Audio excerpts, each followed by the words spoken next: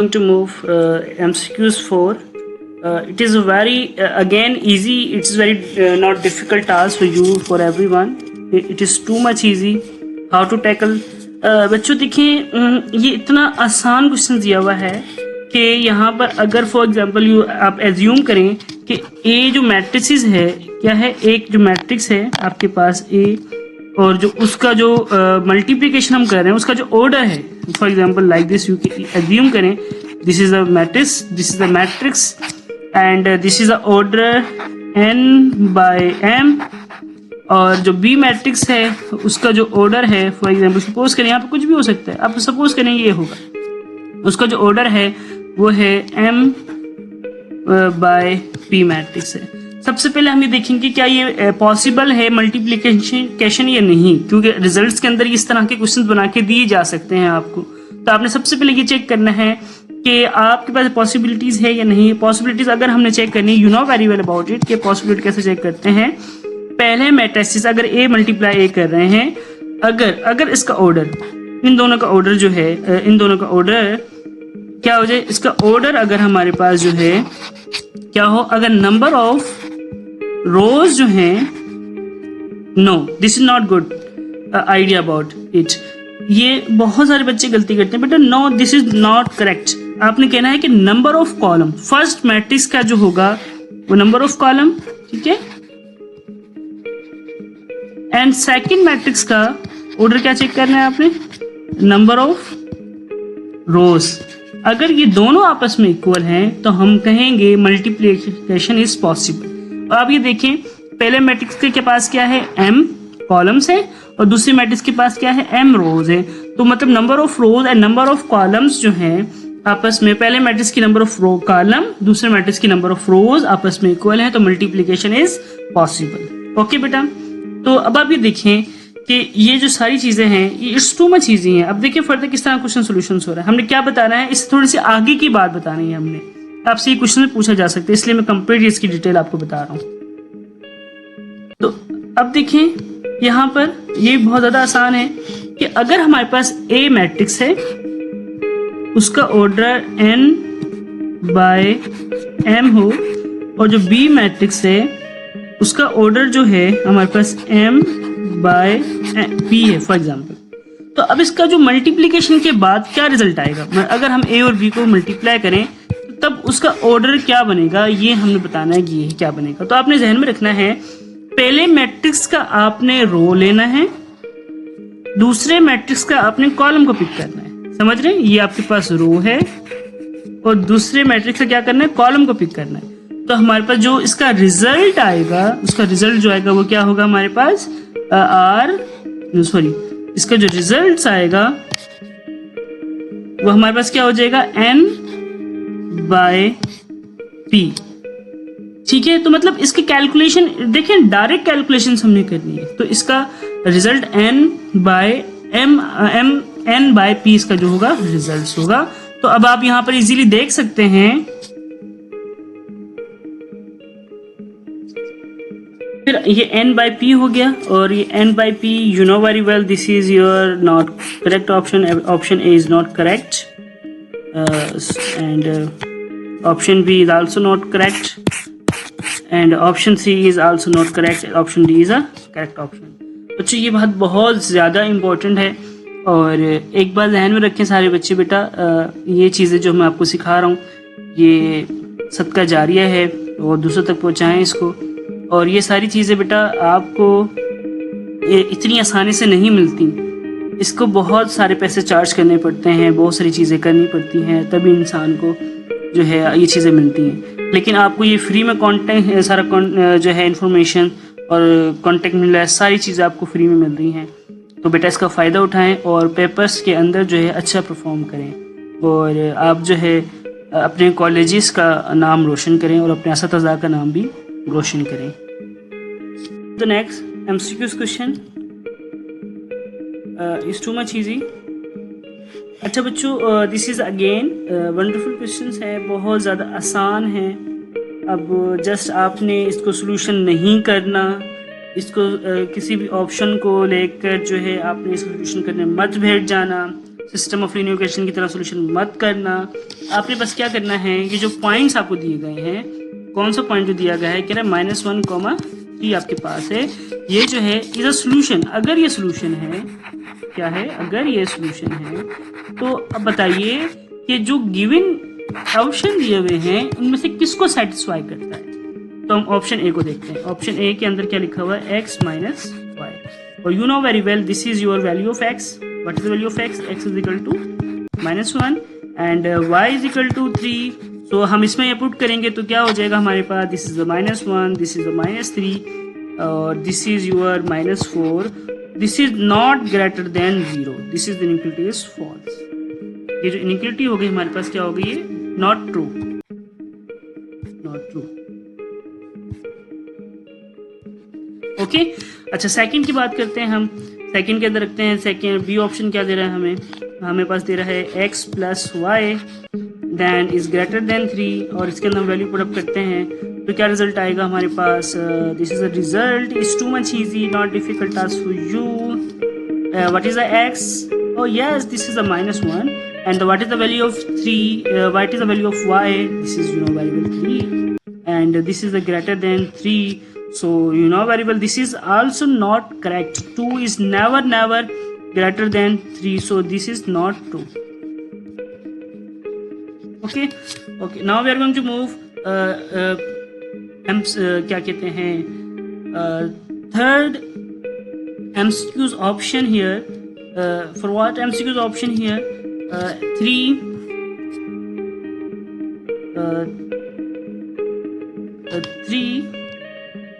sorry for disturbance, 3x plus y, sorry minus y, minus y is less than 0. Okay, हम put करते हैं, this is the value of 3 is -1, and okay, -3 is also, y is the value of y is less than 0, this is a -3, then okay, -3 is less than 0, -6 is less than 0, this is true. Last option है, understood वाली बात है, वो हमेशा false रहेगा, वो कभी भी ट्रू नहीं हो सकेगा। तो this is wrong option, this is also wrong, this is also wrong, and this is correct option, C is the correct option. Okay, now we are going to move the MCQ 6. Okay, but MCQs is again easy, not difficult task for you, for everyone. कैसे करना है, solutions करेंगे इसको हम। बेटा solutions अगर आप सही तरीके से कर पाए ना, तो तभी आप चीज़ों को सही तरीके से टैकल कर सकेंगे, नहीं तो बहुत डिफिकल्ट हो जाएगा। तो अब देखें, x square -4 over x square plus 3x multiply by x divided by x minus 2. So okay, now you know very well, हमारे पास जो है इसको हम क्या कर सकते हैं, इसको हम ऐसे रख सकते हैं, इसको भी हम ऐसे रख सकते हैं, और इसको भी हम क्या कर सकते हैं, x कॉमन निकाल सकते हैं, x minus 3 here. ओके, और फर्दर इसको हम इसके साथ जो मल्टीप्लिकेशन है हम ऐसे ही रखते हैं, x minus 2 को फर्दर सिंप्लीफाई करते हैं। क्या होगा इसमें, फर्दर सिंप्लीफिकेशन है, फर्दर सिंप्लीफिकेशन में क्या होगा इसके अंदर, देखिए यहाँ पर कि किस तरह सॉल्यूशंस हो रही है। यहाँ पर फर्दर इसको हम करेंगे, फॉर्मूला लगाएंगे, डिफरेंस ऑफ टी स्क्वायर का फॉर्मूला यूज करेंगे। मुझे बताएं जरा, डिफरेंस ऑफ टी स्क्वायर का फॉर्मूला क्या होता है। Yes, you are right. क्या हो जाएगा ये फॉर्मूला, बहुत आसान सा फॉर्मूला है, x -2 हो जाएगा, देन x + 2 हो जाएगा, then divided by x plus 3 हो जाएगा, और then multiply x over x minus 2। अब आप देखें, ये जो x minus 2 है, this one cancel out, no this is not cancel out, remember देखें यहाँ माइनस है यहाँ प्लस, तो ये कैंसिल नहीं हो सकेगा। हम जो इसको कैंसिल करेंगे, इससे कैंसिल करेंगे, ये चीज़ ये इससे कैंसिल हो जाएगी। What is the remaining thing, this one is remaining thing. आपको पता है कि ये जो है नहीं हो सकता डिवाइड, और ये इससे डिवाइड होगा, और तो फिर हम क्या करेंगे, हमारे पास ये रिमेनिंग चीज़ रह जाएगी, और फिर ये रिमेनिंग चीज़ रह जाएगी, then x + 2 divide by x + 3। Okay ये तो आसान सा क्वेश्चन था, it is not difficult, but ये भी बहुत सारे बच्चे जो है ना डिफिकल्ट कर देते हैं, अपने लिए मुश्किल पैदा कर देते हैं इसको। बहुत आसान सा क्वेश्चन है, इस तरह के क्वेश्चन फेडरल बोर्ड में ज़रूर आएंगे, ठीक है। इसलिए मैं सारी चीज़ एक्सप्लेन कर रहा हूँ। तो this is not correct and this is not correct and this is also, this is B option is correct option. Okay, now we are going to move the next part. Okay, this is the again interesting questions and it is a wonderful things. सबसे पहले आपको पता होना चाहिए, देखिए बेटा यहाँ पर ये सेट्स दिए जा रहे हैं आपको, ये जो चीज़ें दी जा रही हैं आपको, ये सेट्स हैं। ये सपोज करें ये ए सेट है, ये बी सेट है, ठीक है। सो यहाँ पर जो ए और बी हैं, ये आपके पास you know very well this is the domain, ठीक है। अच्छा बताएं बी क्या होगा, what is a B? Pose करें इसको और मुझे बताएं what is a B. No no no, this is not range, this is not range. आप इसको रेंज नहीं कह सकते, आप इसको कहेंगे दिस इज योर कोडोमेन। कहेंगे सर ये कहाँ से आ गया, क्या चीज़ आ गई, क्या बला है? ये मैं आपको बताता हूँ बेटा, बहुत आसान सी चीज़ है, not difficult task for you for everyone, बहुत आसान सी बात समझने की बात है। अगर देखें, अगर आपके पास चीज़ें इस तरह से गिवन हो कि ए सेट फॉर एग्जांपल, हम थोड़ा चीज़ों को थोड़ा सपोज करके चलते हैं। कैसे कि अगर हमारे पास चीज़ें इस तरह से गिवन हो कि ए सेट हमें गिवन हो 1 2 3 एंड बी सेट गिवन हो 3 4 एंड 5, ओके। और मैं इसका एक फंक्शन बनाना चाहूँ, ए टू बी फंक्शन बनाना चाहूँ, तो अब देखिए यहाँ पर लिखा है 1 2 3 और यहाँ लिखा हुआ है 3 4, ठीक है। और मैं कहता हूँ आपके पास 3 4 लिख देता हूँ, 5 अभी नहीं लिखता है इसके अंदर। मैं कहता हूँ 1 मैप करता है 3 से, 2 भी मैप करता है और 3 मैप करता है 3 से, ठीक है। अब देखिए आप इसको तो रेंज कह सकते हैं, रेंज इसे कह सकते हैं। क्यों? क्योंकि अभी इसके जो कोडोमेन है, कोडोमेन मतलब super set of this range, यानी कैसे कह सकते हैं आप, जो रेंज है वो क्या है, is a subset of the codomain. Codomain का क्या होता है, वो आपके पास सबसेट होता है। तो रेंज और कोडोमेन, क्योंकि रेंज जो होती है कोडोमेन से ली जाती है, तो इसीलिए यहाँ पर देखें, यहाँ पर पूरी चीजें 1 और 2 डिफाइन है और यहाँ पे कोई सेट्स नहीं दिया गया, तो इसलिए हम इसे कह रहे हैं ये this is not range, this is a codomain, ठीक है। क्या कोडोमेन क्या है, 1 2 3 आपका कोडोमेन है। अब इसमें जो 1 और 2 आ रहा है वो इसकी रेंज बन रही है, ठीक है बेटा। आई होपफुली समझ आई होगा ये बात। दोबारा सुने तवज्जो से बात एक दफा और, कि देखें कोडोमेन आपके पास यहाँ पर क्या गिवन है। अगर मैं सपोज करता हूँ ये ए, जैसे मैंने पहले सपोज किया था, और इसके अंदर आपके पास ए के एलिमेंट बी में जो आपके पास 1 2 3 है ये कोडोमेन है, और 1 और 2 जो है वो आपके पास रेंज है, ठीक है। और ए बी सी जो आपको पता डोमेन है वो, और उसकी वो तो सारी वैल्यूज उसमें होनी चाहिए, ओके। सो अब आप देखें कि ये किस तरह की मैपिंग है। रेंज बच गया है आपके पास, अगर रेंज बच जाए तो ऑन टू फंक्शन नहीं हो सकता। अगर आपके पास किसी में दो डोमेन की अगर सेम रेंज आ जाए तो तब 1 1 नहीं हो सकता। बाइजेक्टिव तब होगा जब 1 1 होगा और ऑन टू दोनों का सेटिस्फाई का, तो बाइजेक्टिव नहीं होता। तो ये कौन सा फंक्शन होगा, इनटू फंक्शन होगा। बहुत आसान सी बात मैंने आपको समझाई बेटा, ये बहुत बेहतरीन आपको कॉन्सेप्ट मैं दे रहा हूँ इसके, और आई होपफुली आपको समझ आया होगा इसके बारे में। Okay, now we are going to move the next question. Next question, yes you know very well, this is the 8 question MCQs questions, और इसके अंदर which one is the graph of the function. अब इसमें बताना है कौन सा function जो है ना आपके पास जो है ग्राफ में जो दिया जा रहा है वो फंक्शन है। बेटा इस फंक्शन को बहुत आसान सी चीज़ में एक्सप्लेन करूंगा। आप कोई भी ग्राफ बना लें, कोई भी ग्राफ बनाएं, फॉर एग्जांपल ये ग्राफ बनाएं, ये ग्राफ बनाएं, ये ग्राफ बनाएं, ये ग्राफ बनाएं, ठीक है। आपने करना ये है, एक वर्टिकल लाइन ड्रॉ करनी है। क्या ड्रॉ करनी है, एक वर्टिकल लाइन ड्रॉ करनी है, लाइक दिस। ये वर्टिकल लाइन ड्रॉ कर दी, उसको देखेंगे वर्टिकल लाइन ड्रॉ कर दी, इस पर वर्टिकल लाइन ड्रॉ कर दी, इस पर वर्टिकल लाइन ड्रॉ कर दी, और एक अजीबोगरीब पिक्चर्स बनाते हैं, ये गोल सी, इस पे भी एक वर्टिकल लाइन ड्रॉ कर दी, ठीक है। और इस पे एक वर्टिकल लाइन कैसे ड्रॉ करेंगे, आपको पता है, अगर इसमें वर्टिकल लाइन ड्रॉ करेंगे तो ये लाइन के ऊपर लाइन आएगी, ठीक हो गया, ये भी एक वर्टिकल लाइन है। अच्छा, अब इसके अंदर देखना ये है आपने, अगर आपके पास वर्टिकल लाइन ड्रॉ करने से ओनली 1 इंटरसेप्ट आ जाए, ओनली 1 इंटरसेक्शन पॉइंट्स आपको मिले, तो हम कहेंगे वो फंक्शन है। इसके अलावा जो होंगे सारे के सारे वो होंगे not function. This is not function, this is not function, this is also not function. देखिए अब ये इस पॉइंट्स पर बेशुमार पॉइंट्स एक दूसरे के ऊपर वर्टिकली आ रहे हैं। इसी तरह ये भी फंक्शन नहीं होगा। तो आप देखते हैं this is not function, this is also not function, because एक लाइन ड्रॉ करेंगे इसमें 2 इंटरसेप्ट्स आ जाएंगे। और ये भी नहीं होगा क्योंकि ये और ये पॉइंट आपके पास 2 इंटरसेप्ट पॉइंट फॉर्म आ जाएंगे। हाँ ये हो सकता है। अब देखिए कहीं पे भी आप ड्रॉ करें, कहीं पे भी इस लाइन में ड्रॉ कर लें, आपको 1 ही इंटरसेप्ट मिलता है। तो ये भी आपके पास क्या होगा कि हमें इजी तरीके से we are going to easily identify which shape is not function and which shape is function. Okay, it is too much easy. Okay, now we are going to move the next part, next questions. Okay, this is again easy questions, not difficult task for you.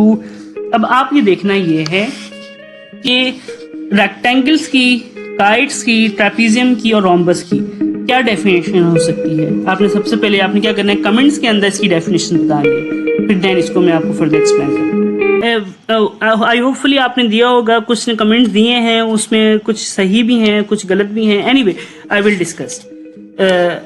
So I discuss what types of a quadrilateral ABC is if। अब quadrilateral बताएं बेटा, quadrilateral क्या होती है। quadrilateral बहुत आसान सी बात है, कोई मुश्किल बात नहीं होती कि quadrilateral आपको पता ना हो। quadrilateral वो फीचर्स है जो जिसकी 4 साइड्स हो सकती है, भले वो काइट हो आपके पास या तो ट्राइपीजियम हो आपके पास हो, क्या, एंड रोम्बस हो सकता है। This is your rhombus. Okay, rhombus हो सकता है आपके पास, इस तरह से सारी चीजें हो सकती हैं। बट एनीवे यहाँ क्वेश्चन लिखा हुआ है, अगर ए बी एक लाइन एक डिस्टेंस है और 2 और बी भी एक डिस्टेंस है, ठीक है, और अगर मैं ऐसे कहूँ कि ये हो जाएगा 3AB then is equal to 2AB। Okay, अब देखिए अगर मैं इस लाइन्स की बात करूंगा, इस लाइन की अगर मैं बात करता हूँ, ये दोनों आपस में इक्वल हैं। तो अगर मैं कहता हूँ अगर आपके पास जो है ए बी और ए बी आपस में इक्वल हो तभी आपस में रेक्टेंगल्स बनता है।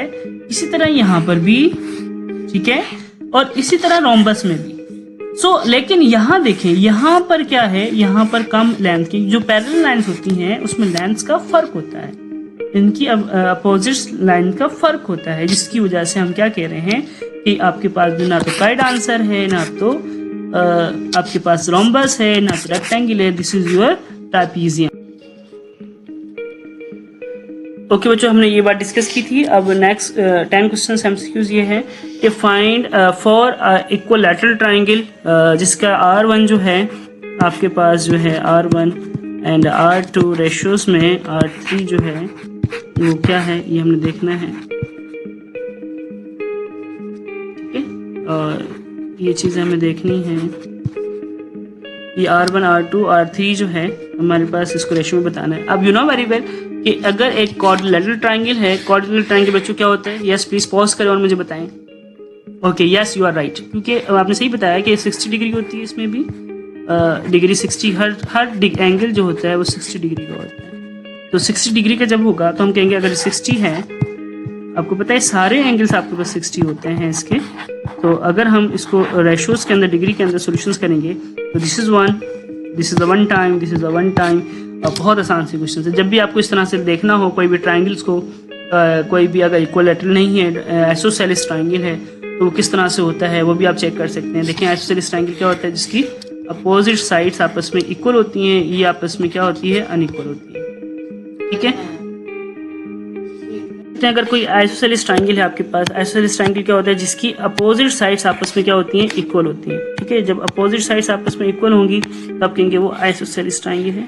This is your isosceles triangle, opposite sides are equal but ये this is not equal. Okay, तो इस तरह से आप इसके निकाल सकते हैं। This is not correct, A is not correct, B is not correct, D is not correct, C is correct options. Okay बच्चों, ओके, बाकी जो 5 क्वेश्चंस रह गए इंशाल्लाह वो नेक्स्ट कमिंग डे पे इंशाल्लाह ताला जो है आपका अपलोड किया जाएगा, और आप बेटा इसको जो है अच्छी तरह समझें और दूसरों तक पहुँचाएँ, सदका जारिया बने। और मेन चीज़ ये कि आपको सिखाना है कि आप सीखें सारी चीज़ों को, और आपको पता है ये चीज़ें बहुत डिफ़िकल्ट तरीके से हमने सीखी थी। अगर मैं आपको शेयर करूँ अपनी लाइफ हमने किस तरह से सीखी, तो उसमें आप जो है 1% भी है वो नहीं कर सकते, इसका यकीन नहीं कर सकते इस बात पर कि हमने किस तरह से मेहनत की, क्योंकि आपको पता है hard work is the key of success होता है बेटा। आप भी हार्ड वर्क करें और चीज़ों को जो है अच्छी तरह सॉल्व करें। ओके जी, अगेन जो है हम MCQ डिस्कस कर रहे हैं मैट्रिक क्लास के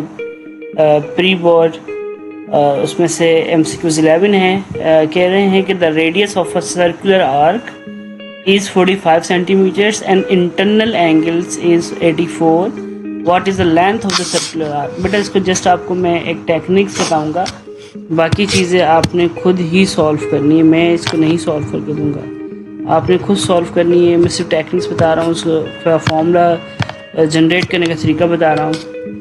आप सपोज करें आपके पास एक सर्किल गिवन है, सर्किल, और ये सेंटर पॉइंट आपके पास गिवन है, ठीक है, और सेंटर पॉइंट से ये दो लाइंस आपके पास गिवन है। फॉर एग्जांपल सेक्टर हम ले रहे हैं, जैसे सेक्टर वो कोई भी डिग्री का हो सकता है, एक पीस है सर्किल का, ठीक है।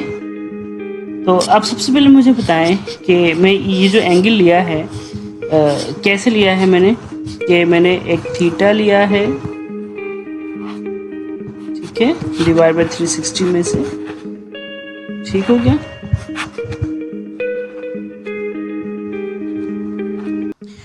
इस पूरे 360, क्योंकि आपको पता है इसका पूरा एक जो कंप्लीट सर्किल होता है वो 360 के गोल होता है। अब मुझे इसका एरिया भी कैलकुलेट करना है। How we calculate the area, हमने इसके साथ मल्टीप्लाई कर देंगे पाई आर स्क्वायर, तो हमारे पास क्या हो जाएगा, ये एरिया ऑफ अ सेक्टर आ जाएगा, ठीक है, area of a sector, area of अ,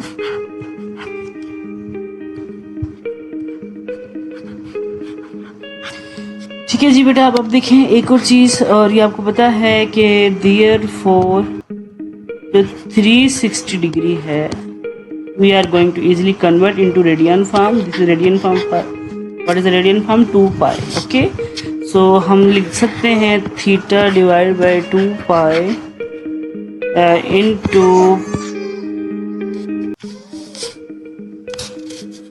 कि बेटा हम क्या करेंगे, हमने मल्टीप्लाई किया किससे, आपको पता है किससे मल्टीप्लाई किया था हमने, pi over pi R square से मल्टीप्लाई करेंगे। This is pi and pi cancel out, and what is the result, हमारे पास क्या रिजल्ट आएगा यहाँ पर, बहुत आसान सी बात है। डेफिनेटली हमारे पास आएगा 1/2 थीटा इंटू आर स्क्वायर। और अगर हम इसे फर्दर सिंप्लीफाई करने की कोशिश करेंगे और फर्दर सॉल्व करेंगे तो हमारे पास जो एरिया ऑफ अ सेक्टर है, एरिया ऑफ अ सेक्टर है इज इक्वल हो जाएगा 1/2 theta R square. This is the formula of area of a sector. तो यहाँ पर यही बात कह रहा है, एरिया ऑफ अ सेक्टर क्या आ गया, 1/2 थीटा आर स्क्वायर। तो हम क्या करेंगे, अब इसके अंदर आपने पुट करना है, हमारे पास एंगल्स भी गिवन है, एंगल्स भी गिवन है और आर रेडियस भी गिवन है, दोनों चीज़ें गिवन है, जस्ट हमने पुट करना है। और 1/2 theta, this is 84, then R is 45 whole square, ठीक है।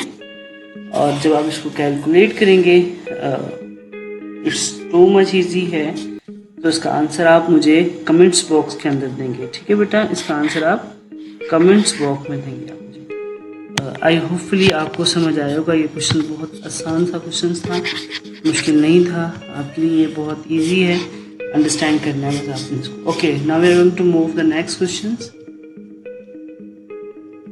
अच्छा जी, अच्छा बच्चों, ये बहुत ज़बरदस्त क्वेश्चंस है हमारे पास। आपने इसको मैं आपके इस तरह के जब भी क्वेश्चंस आएगा आपके पास, मैं सारी चीज़ें बताऊंगा आपको। एप्ट्यूज कब बनेगा, एक्यूट कब बनेगा, राइट कब बनेगा, each and everything I will clear this lectures. So the angle is an segment greater than a semi circle. अच्छा बच्चों, एक चीज़ देख लें ज़रा, ठीक है, इसकी डेफिनेशन सब कुछ मैं आपको बताऊंगा, इसकी डायग्राम्स में आपको बताऊंगा, ठीक है। चलिए डायग्राम्स में आपको ओपन करके दिखाता हूँ, पहले देख लेते हैं। अ मेजर सेगमेंट्स, कोई भी जो मेजर सेगमेंट्स हो, is a large part of a circle divided by a cord contain more than half of a circle the area.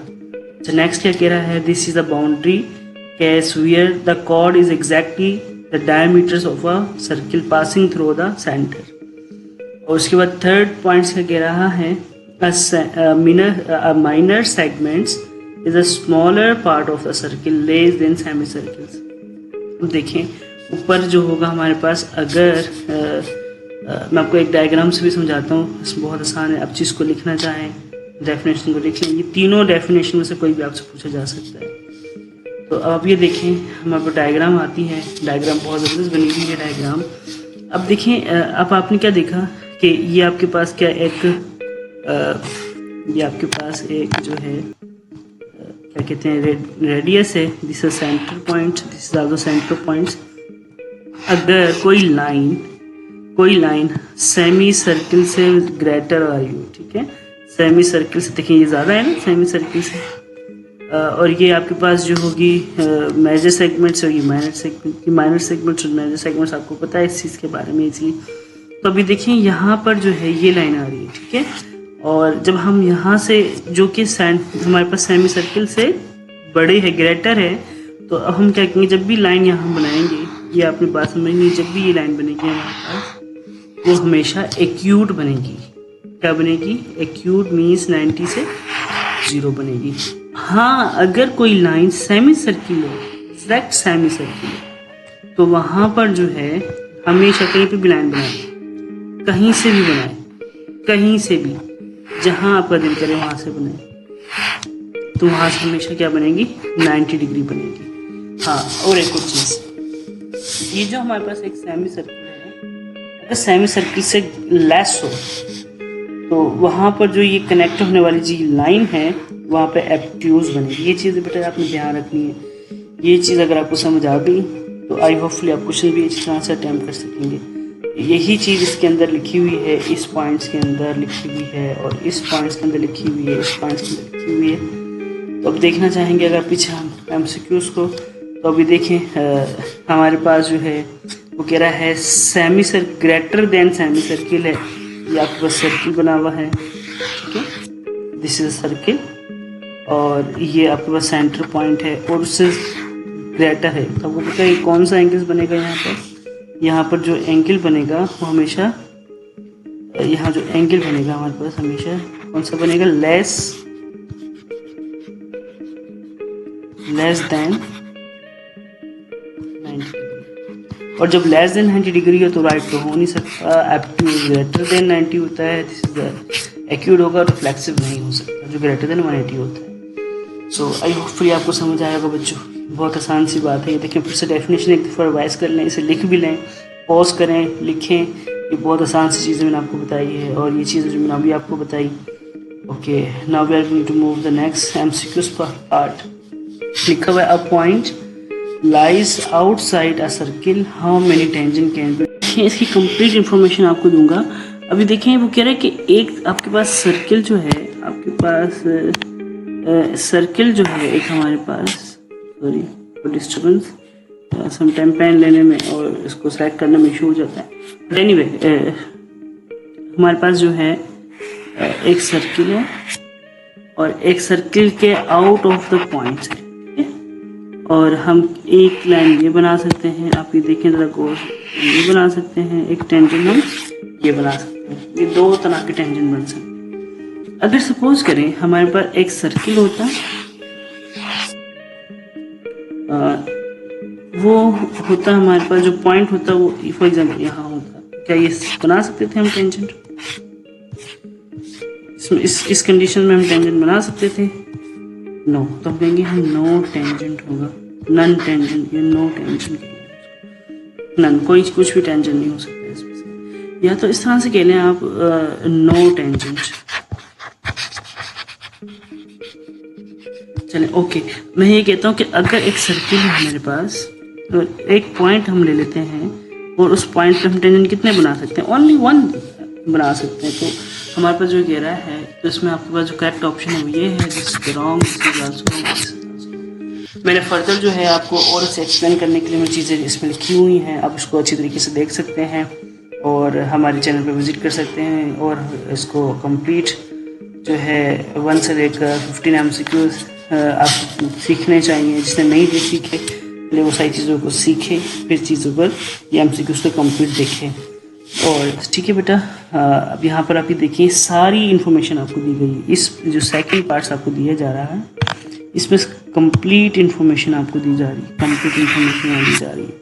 और ये थोड़ा सा विजुलाइज करके भी दिखाया जाएगा तो इन चीज़ों को कि अगर हमारे पास एक पॉइंट है तो only we are draw only one tangent line. और अगर हमारे पास जो है आउट ऑफ अ सर्किल है तो अब ये देखिए यहाँ पर 2 टेंजेंट बन सकते हैं, एक ये टेंजेंट बन सकता है, एक ये टेंजेंट बन सकता है। ठीक है, थोड़ा सा मिस्टेक्स हो सकती है ड्राइंग के अंदर, लेकिन आप ड्राइंग पे फोकस ना करें, आप चीज़ को समझने पे फोकस करें। ठीक है, और कॉपी पे निकालें और उसे लिखने की कोशिश करेंगे, उसको नोट डाउन करने की कोशिश करें। और अगर इनसाइड ऑफ अ सर्किल है तो एग्जैक्टली आपके पास जो होगा यहाँ पर टेंजेंट नहीं बन सकेगा। यहाँ तो देखें 2 टेंजेंट बन सकते हैं, यहाँ पर आपके पास जो ओनली 1 टेंजेंट बन सकता है। इस पॉइंट्स पर आपके पास जो है नो टेंजेंट, यहाँ टेंजेंट नहीं बन सकता आपके पास, क्योंकि यहाँ पॉइंट्स हैं। टेंजेंट तो कर्व पे बनता है, कोई कर्व पाथ होता है आपके पास, लाइक दिस फॉर एग्जांपल ये कर्व पाथ है, सर्किल हो सकता है, इस पर टेंजेंट बना सकते हैं। यहाँ तो कोई कर्व आ ही नहीं रहा, यहाँ तो इंटरसेक्ट कर रहा है सर्कमफेरेंस को, तो इसी वजह से टेंजेंट नहीं बन सकता अगर इनसाइड ऑफ अ सर्किल है। आई होपफुली बेटा आपको समझ आया होगा। हम नेक्स्ट क्वेश्चन की तरफ मूव करते हैं। अच्छा, नेक्स्ट क्वेश्चन ये है, बहुत आसान है। What statistical information cannot be obtained by directly from a box and the whisker plot? हम डायरेक्टली हम इसको चीज़ों को नहीं ले सकते। कैसे? अच्छा, मीडियन का मतलब ये होता है, थोड़ा समझने की कोशिश करेंगे आप लोग सारे के सारे। बेसिकली मीडियन होता है क्या है? मीडियन आपके पास होता है जो इन्फॉर्मेशन होती है आपके पास, जो कलेक्शन ऑफ इन्फॉर्मेशन है। सपोज करें कलेक्शन इन्फॉर्मेशन आपके पास है, ये सारी इन्फॉर्मेशन, ठीक है। या तो ऐसे कह लें कि ये जो इन्फॉर्मेशन, बहुत सारी इन्फॉर्मेशन आपके पास है, ये इन्फॉर्मेशन आपके पास आ रही है। इनके अंदर जो मिडिल डेटा है उसको बेसिकली हम कह सकते हैं मिडिल में लाना चाहता है, तो इसलिए हम उसको कह सकते हैं। लेकिन यहाँ पूछा गया है कि आपके पास कैन नॉट भी हम क्या कहते हैं डायरेक्टली बॉक्स में नहीं कर सकते, वो आपके पास जो है मीडियन है। मीडियन कैसे? मीडियन कैसे है? क्योंकि मीन है, mean, C is correct option. Mean कैसे? क्योंकि मीन में हमें पता नहीं लगता कि वो हिडन आपके पास जो होता है, आपके पास होता है हिडन चीज़ें होती हैं, इसी वजह से मीडियन करेक्ट ऑप्शंस हैं, वो डायरेक्टली हम उसको ऑब्टेन नहीं कर सकते। और इस तरह से आगे फर्दर एक्सप्लेन करता हूँ मैं आपको। देखिए बेटा, यहाँ पर लिखा हुआ है विस्कर, आपके पास जो है बॉक्स एंड विस्कर प्लॉट दिया जा रहा है। आप आसानी से चीज़ों को देख सकते हैं कि आप मीडियन को किस तरह मेजर कर सकते हैं और चीज़ों को आप किस तरीके से चीज़ों को। लेक्चर 1 का लास्ट हमारे पास पॉइंट रह गया MCQ क्वेश्चंस का। वो कह रहा है कि if a point in a sector diagram we widely sectored with the no clear pattern in shows. अब नोट क्लियर पैटर्न क्या होता है कि अब मैं आपको एक फिगर से समझाता हूँ, ध्यान से देखें जरा इधर। जो ये फीचर्स आपको गिवन है, ठीक है, तो एक पॉजिटिव मिल रहा है, एक पॉजिटिव कोरिलेशंस क्या होता है कि एक पॉजिटिव कोरिलेशन जो पॉजिटिव डायरेक्शंस में हो, ठीक है, और उसके अंदर जो पॉइंट्स आपके पास आ रहे हों वो आपके पास सीक्वेंस होनी चाहिए, उसके अंदर कोरिलेशंस होने चाहिए, ठीक है, रैंडम नहीं होनी चाहिए, रैंडमनेस नहीं होनी चाहिए। इसी तरह नेगेटिव में भी। और देखें ये कोरिलेशन है, ये रैंडमली पॉइंट्स आपके पास है, रैंडमली इंफॉर्मेशन आपके पास है, डिसअपियर नहीं है, इसके डिस्पर्जन्स आपके पास हैं, तो ये क्या है? नो कोरिलेशंस है। सो हमारे पास जो करेक्ट ऑप्शन है D is a correct option, D part. और ये पार्ट आपके पास नहीं हो सकता, ये भी नहीं हो सकता और ये भी नहीं हो सकता। आई होपफुली बेटा आपको समझ आया होगा ये सारी चीज़ें। और thank you so much, I love you. और बच्चों इसको जो है सदका जारिया समझ के आगे भी शेयर करें और अपने दोस्तों तक पहुंचाएं। बहुत शुक्रिया।